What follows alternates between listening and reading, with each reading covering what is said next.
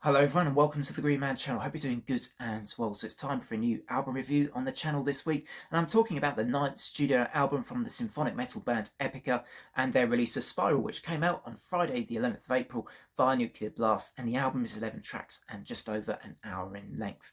So being a big symphonic metal fan and a pretty big fan of Epica as well, it has to be said I absolutely love a lot of their previous albums, the likes of Quantum Enigma.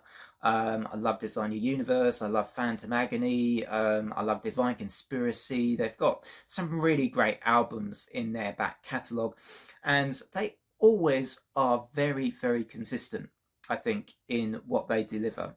And I think that's for a few different reasons, as well as having an abundance of talent within the band. Their lineup has remained pretty much the same. I certainly think for the last 3 or 4 albums we haven't seen any lineup changes, so there's that bit of stability in this band, which I think always helps with bands generally, to sort of build on previous albums and build on the music that they've created before. And they draw on a lot of inspirations as well from works and other artists. I mean, in this case, Zukowski, the Polish sculptor and painter, has helped inspire the themes behind this Aspiral record. And I also think they're very consistent because, yes, they're good storytellers and great musicians, and they seem to know themselves very well at this point, this being studio album number 9, that you're pretty much guaranteed. With Epica, I've always been very shocked if we get anything which is bad or even substandard from this band, because they are just of a particular quality. And Aspiral certainly is of that high quality. I think it's a fantastic record. I really love this one. I think I love this more than Omega and perhaps a Holographic Principle as well. Certainly I love this more than I think at this point, those two albums.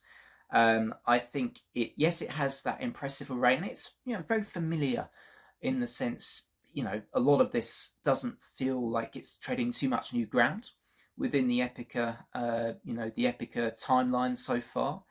But despite this being that familiar Epica recipe, I do think it introduces 1 or 2 new ingredients to that recipe.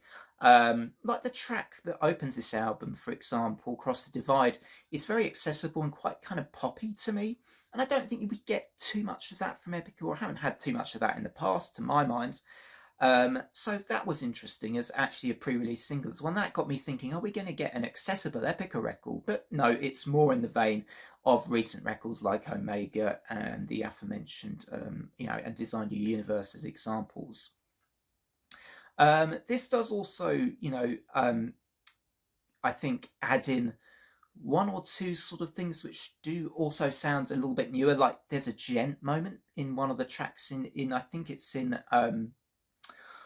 Obsidian Heart, actually, when Simone Simons delivers a really powerful chorus, but towards the end of the track you get some pretty cool genty heaviness as well, which I don't always think we've also had that much of from Epica. Correct me if you think I'm wrong.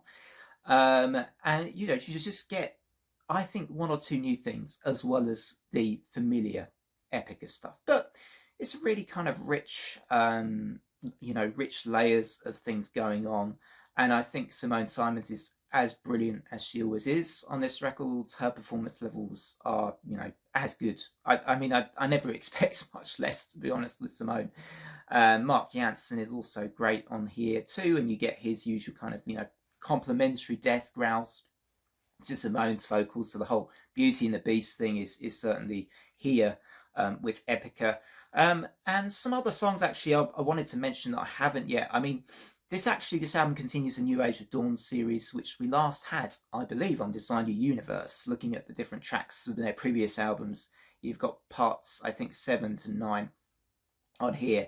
I particularly enjoyed part 9, actually, towards the end. The New Age of Dawn's part 9, The Grand Saga of Existence is what it's called, which is, a brighter, I feel like it's a kind of hopeful sounding song, this one, with an almost slightly celebratory chorus, a more great guitar work, and a really wonderful guitar solo towards the end of this song as well. I've got to say, as a someone that loves guitars and loves guitar solos, I thought one of the last epics on here, with the work from Isaac Delahaye, was really, really great and a magnificent track towards the end of the album. I actually felt like, although the last track's quite an emotional track, Aspiral, the title song, I was a touch disappointed with that one personally.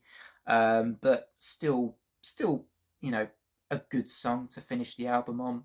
But, so much of this album is great. Fight to Survive, The Overheat Effect, Time, I thought was another interesting exposition of what Epica can do, with a bit more of a dramatic kind of operatic style to that song.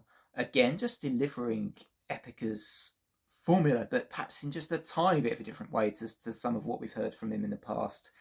And for me, this is Epica once again at pretty much their finest, and I think this album warrants another 9 out of 10 from me. That's my third for 2025 albums, and certainly I think my third for metal. And yeah, this I think thoroughly deserves that 9 out of 10. I am not disappointed. I think, yes, it's still early in my listening of this record, but you know what? Despite it being early in my listening to this record, I'm feeling very confident this is going to be in the top half of my Epica ranking already. And given that top half are 9 out of 10s, it makes sense that this record has got that score as well. So let me know what you guys thought of this latest Epica record. Do you also really love it? Or are you, I'd be surprised, but are you disappointed by this Epica album? Let me know your thoughts in the comments. What are your favourite songs? Otherwise, from me, until next time here on the channel, don't forget to drop a like and a sub. Otherwise, bye.